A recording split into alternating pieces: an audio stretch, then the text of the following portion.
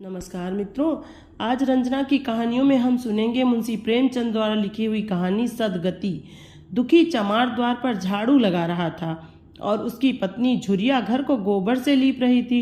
दोनों अपने अपने काम से फुर्सत पा चुके थे तो चमारी ने कहा, तो जाके पंडित बाबा से कह आओ ना, ऐसा न हो कि कहीं चले जाएं। दुखी, हाँ जाता हूँ, लेकिन ये तो सोच बैठेंगे किस चीज़ पर। झुरिया, कहीं से खटिया न मिल जाएगी, ठकुराने से मांग लाना। दुखी, तू तो कभी कभी ऐसी बात कह देती है कि देह जल जाती है। ठकुराने वाले मुझे खटिया देंगे, आग तक तो घर से निकलती नहीं, खटिया देंगे। कैथाने में जाकर एक लोटा पानी मांगूं तो न मिले, भला खटिया कौन देगा। हमारे उपले सेंठे भूसा लकड़ी थोड़े ही हैं कि जो चाहे उठा ले जाए।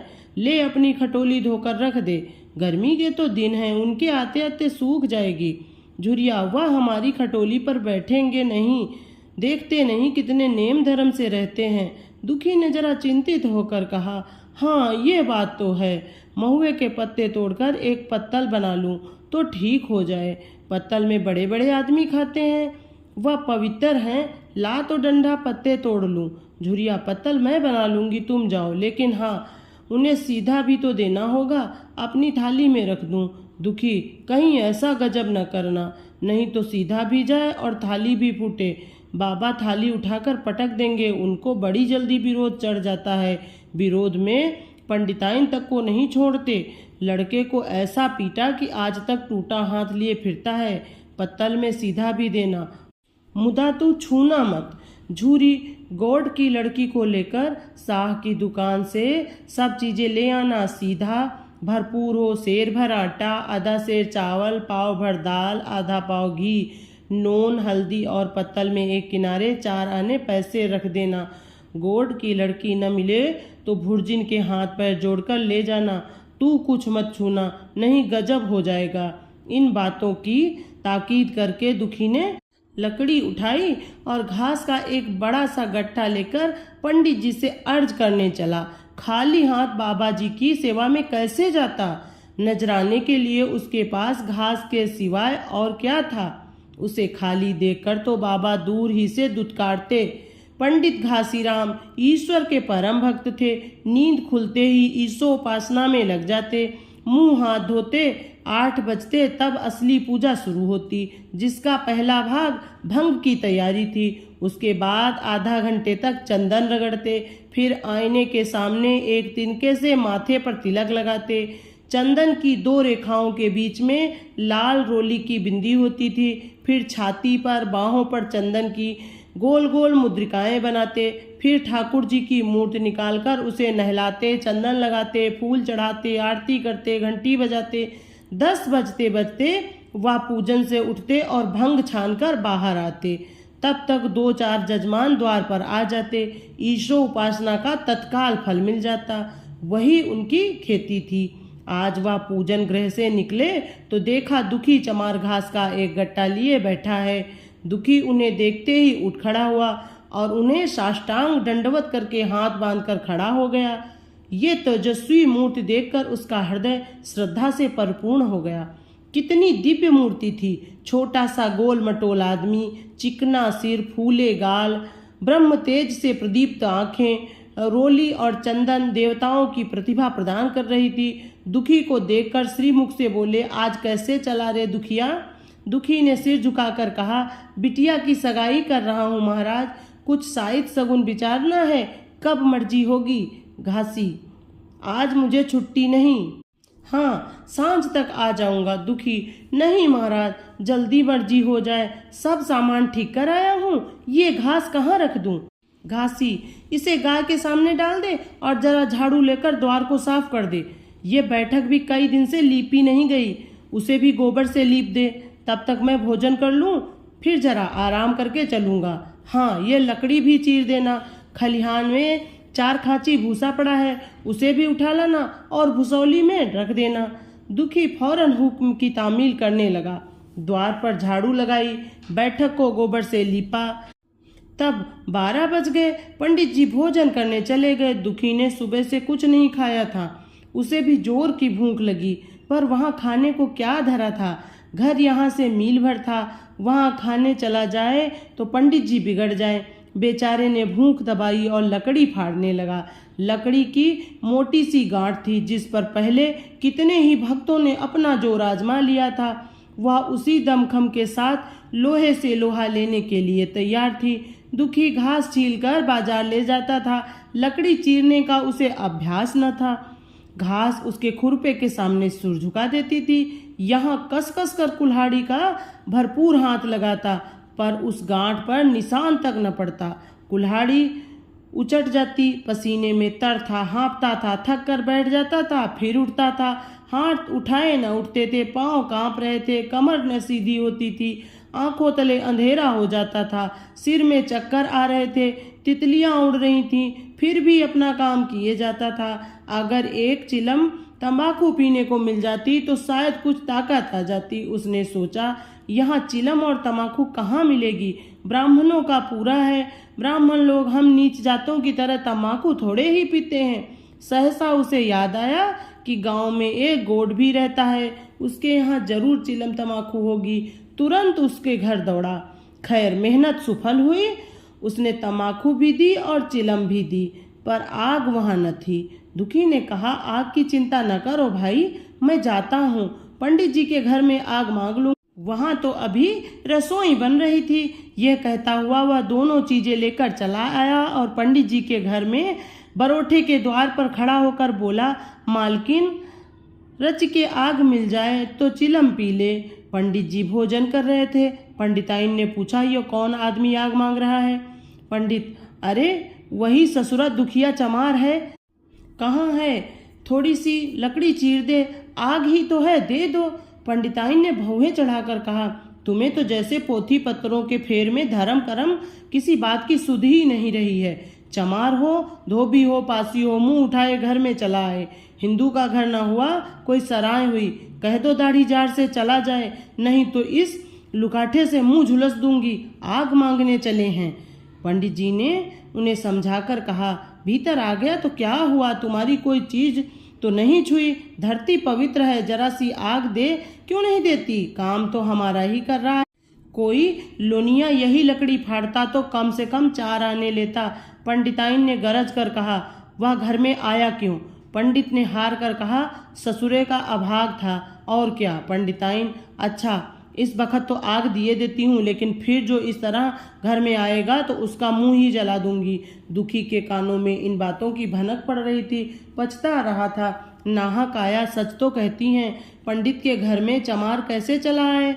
बड़े पवित्र होते हैं ये लोग, तभी तो संसार पूजता है, तभी तो इतना मान है। भर चमार थोड़े ही हैं इसी गांव में। बूढ़ा हो गया मगर मुझे इतनी अकल भी न आई, इसलिए जब पंडिताइन आग लेकर निकली तो वह मानो स्वर्ग का वरदान पा गया। दोनों हाथ जोड़कर जमीन पर माथा टेकता हुआ बोला, पंडिताइन माता, मुझसे बड़ी भूल हुई कि घर में चला आया। चमार की अकल ही तो ठहरी, इतने मूर्ख न होते तो लात क्यों खाते? पंडिताइन चिमटे से पकड़कर आग लाई थी। 5 हाथ की दूरी से घूंघट की आड़ से दुखी की तरफ आग फेंकी। आग की बड़ी सी चिंगारी दुखी के सिर पर पड़ गई। जल्दी से पीछे हटकर सिर को झोंटे देने लगा। उसने मन में कहा, यह एक पवित्र ब्राह्मण के घर को अपवित्र करने का फल है। भगवान ने कितनी जल्दी फल दे दिया। इसी से तो संसार पंडितों से डरता और सबके रुपए मारे जाते हैं। ब्राह्मण के रुपए भला कौन मार ले? घर भर का सत्यानाश हो जाए। पांव गलगल कर गिरने लगे। बाहर आकर उसने चिलम पी और फिर कुल्हाड़ी लेकर जुट गया। खटखट की आवाजें आने लगी। उस पर आग पड़ गई थी तो पंडिताइन को उस पर कुछ दया आ गई। पंडित जी भोजन करके उठे तो बोली, इस चमरवा को भी कुछ खाने को दे दो, बेचारा कब से काम कर रहा है, भूखा होगा।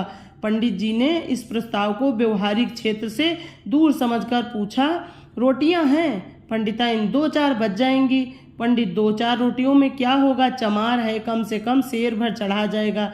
पंडिताइन कानों पर हाथ रखकर बोली, अरे बाप रे, शेर भर तो फिर रहने दो। पंडित जी ने अब शेर बनकर कहा, कुछ भूसी चूकर हो तो आटे में मिलाकर 2 लिट्टा ठोक दो, साले का पेट भर जाएगा। पतली रोटियों से इन नीचों का पेट नहीं भर। इन्हें तो ज्वार का लिट्टा चाहिए। पंडिताइन ने कहा, अब जाने भी दो, धूप में कौन मरे। दुखी ने चिलम पीकर फिर कुल्हाड़ी संभाली। दम लेने से जरा हाथ में ताकत आ गई थी। कोई आधा घंटे तक फिर कुल्हाड़ी चलाता रहा, फिर बेदम होकर वहीं सिर पकड़ के बैठ गया। इतने में वही गौड़ आ गया। बोला, क्यों जान देते हो बूढ़े दादा, तुम्हारे फाड़े या गांठ न फटेगी, नाहक हलकान होते हो। दुखी ने माथे का पसीना पोंछकर कहा, अभी गाड़ी भर भूसा ढोना है भाई। गौड़, कुछ खाने को मिला कि काम ही कराना जानते हैं, जाके मांगते क्यों नहीं। दुखी, कैसी बात करते हो चिखुरी, ब्राह्मण की रोटी हमको पचेगी। गौड़, पचने को पच जाएगी, पहले मिले तो मूंछों पर ताव देकर भोजन किया और आराम से सोए। तुम्हें लकड़ी फाड़ने का हुक्म लगा दिया, जमींदार भी कुछ खाने को देता है, हाकिम भी बेगाल लेता है तो थोड़ी बहुत मजदूरी देता है, ये उनसे भी बढ़ गए, उस पर धर्मात्मा बनते हैं। दुखी, धीरे धीरे बोलो भाई, कहीं सुन ले तो आफत आ जाए। ये कहकर दुखी फिर संभल पड़ा और कुल्हाड़ी की चोट मारने लगा। चिखरू को उस पर दया आई, आकर कुल्हाड़ी उसके हाथ से छीन ली और कोई आधा घंटे खूब कसकस कर कुल्हाड़ी चलाई, पर गांठ में एक दरार भी न पड़ी। तब उसने कुल्हाड़ी फेंक दी और यह कहकर चला गया, तुम्हारे फाड़े यह न फटेगी, जान भले निकल जाए। दुखी सोचने लगा, बाबा ने ये गांठ कहाँ रख छोड़ी थी कि फाड़े नहीं फटती, कहीं दरार तक तो नहीं पड़ती। मैं कब तक इसे चीरता रहूँगा, अभी घर पर 100 काम पड़े हैं। कार परोजन का घर है, एक न एक चीज घटी ही रहती है, पर इन्हें इसकी क्या चिंता। चलूं जब तक भूसा ही उठा लाऊं, कह दूंगा बाबा आज तो लकड़ी नहीं फटी, कल आकर फाड़ दूंगा। उसने झौवा उठाया और भूसा ढोने लगा। खलिहान यहाँ से 2 फरलांग से कम न था।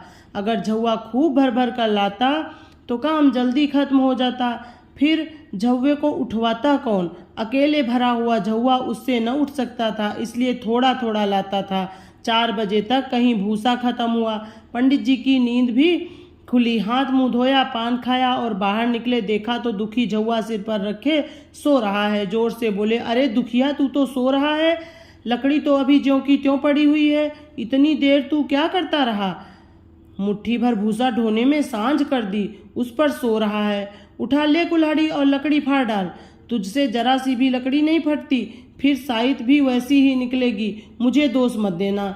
इसी से कहा है कि नीच के घर में खाने को हुआ और उसकी आंखें बदली। दुखी ने फिर कुल्हाड़ी उठाई। जो बातें पहले से सोच रखी थी वह सब भूल गई। पेट पीठ में धंसा जाता था। आज सवेरे जलपान तक न किया था, अवकाश ही न मिला, उठना ही पहाड़ मालूम होता था। जी डूबा जाता था, पर दिल को समझाकर उठा। पंडित हैं, कहीं साइड ठीक न बिचारे तो फिर सत्यानाश ही हो जाए। जभी तो संसार में इतना मान है, साइत ही की तो सब खेल है, जिसे चाहे बिगाड़ दे। पंडित जी गांठ के पास आकर खड़े हो गए और बढ़ावा देने लगे। हाँ, मार कसके से, और मार कसके से, मार अबे, जोर से मार, तेरे हाथ में तो जैसे दम ही नहीं है, लगा कसके से। खड़ा सोचने क्या लगता है, हाँ बस फटा ही चाहती है, दे उसी दरार में। दुखी अपने होश में न था, न जाने कौन सी गुप्त शक्ति उसके हाथों को चला रही थी। वह थकान, भूख, कमजोरी सब मानो भाग गई। उसे अपने बाहुबल पर स्वयं आश्चर्य हो रहा था। एक एक चोट वज्र की तरह पड़ती। आधा घंटे तक वह इसी उन्माद की दशा में हाथ चलाता रहा, यहाँ तक कि लकड़ी बीच से फट गई और दुखी के हाथ से कुल्हाड़ी छूटकर गिर पड़ी। इसके साथ ही वह भी चक्कर खाकर गिर पड़ा। भूखा प्यासा थका हुआ शरीर जवाब दे गया। पंडित जी ने पुकारा, उठ के 2-4 हाथ और लगा दे, पतली पतली चैलियां हो जाएं। दुखी न उठा। पंडित जी ने अब उसे दिख करना उचित न समझा। भीतर जाकर बूटी छानी और सौंच गए। स्नान किया, पंडिताई बाना पहनकर बाहर निकले। दुखी अभी तक वहीं पड़ा हुआ था। जोर से पुकारा, अरे क्या पड़े ही रहोगे दुखी, चलो तुम्हारे ही घर चल रहा हूँ, सब सामान ठीक ठाक है ना। दुखी फिर भी न उठा। अब पंडित जी को कुछ शंका हुई। पास जाकर देखा तो दुखी अकड़ा पड़ा हुआ था। बदहवास होकर भागे और पंडिताइन से बोले, दुखिया को तो जैसे मर गया है। पंडिताइन हकभगाकर बोली, वह तो अभी लकड़ी चीर रहा था ना। पंडित, हाँ, लकड़ी चीरते चीरते मर गया, अब क्या होगा। पंडिताइन ने शांत होकर कहा, होगा क्या, चमरौने में कहलवा भेजो, मुर्दा उठा ले जाए। एक क्षण में गांव भर में खबर हो गई। पूरे में ब्राह्मणों की ही बस्ती थी। केवल एक घर गौड़ का था। लोगों ने इधर का रास्ता छोड़ दिया, कुएं का रास्ता उधर ही से था। पानी कैसे भरा जाए? चमार की लाश के पास से होकर पानी भरने कौन जाए? एक बुढ़िया ने पंडित जी से कहा, अब मुर्दा फेंकवाते क्यों नहीं? कोई गांव में पानी पिएगा या नहीं? इधर गौड़ ने चमरौने में जाकर सबसे कह दिया, खबरदार मुर्दा उठाने मत जाना, अभी पुलिस की तहकीकात होगी। दिल लगी है कि एक गरीब की जान ले ली। पंडित जी होंगे तो अपने घर के लाश उठाओगे तो तुम भी पकड़े जाओगे। इसके बाद ही पंडित जी पहुंचे और चमरौने का कोई आदमी लाश उठाकर लाने को तैयार न हुआ। हाँ, दुखी की स्त्री और कन्या दोनों हाय हाय करती वहां चली और पंडित जी के द्वार पर आकर सिर पीट पीट कर रोने लगी। उनके साथ 10-5 और चमारिनें थीं। कोई रोती थी, कोई समझाती थी, पर चमार एक भी न आया। पंडित जी ने चमारों को बहुत धमकाया, समझाया, मिन्नतें की, पर चमारों के दिल पर पुलिस का रौब छाया हुआ था, एक भी न निकला। आखिर निराश होकर लौट आए। आधी रात तक रोना पीटना जारी रहा। देवताओं का सोना मुश्किल हो गया, पर लाश उठाने कोई चमार न आया। और ब्राह्मण चमार की लाश कैसे उठाते? भला ऐसा किसी शास्त्र पुराण में लिखा है? कहीं कोई दिखा दे।